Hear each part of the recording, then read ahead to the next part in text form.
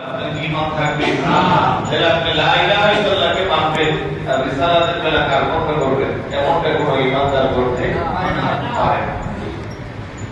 যাই হোক, ইমাম হুসাইন রাদিয়াল্লাহু তাআলা মস্তক মোবারক নিয়ে তারা কারবালায় ঘোরাফেরা করে ১৭ জন আহলে বাইতের সদস্যদের মস্তকগুলো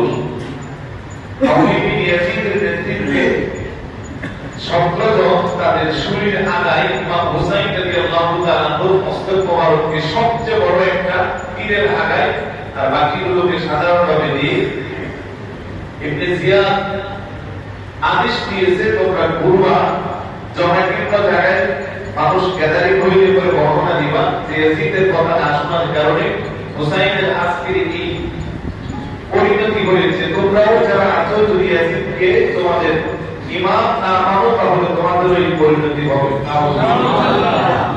এভাবে জায়গায় জায়গায় তোমরা দেখাবা, বিশেষ করে বাজার আসতে পরে ভালো করে প্রদর্শন করাবা যাতে করে মানুষ ইয়াজিদের প্রতি ঝুঁকে পড়ে। আর যেন কেউ হুসাইনের মতো ইয়াজিদের বিপক্ষে মাথা উঁচু করে না দাঁড়ায়, এই শিক্ষা দিয়ে ট্রেনিং দিয়ে ছেড়ে দিন।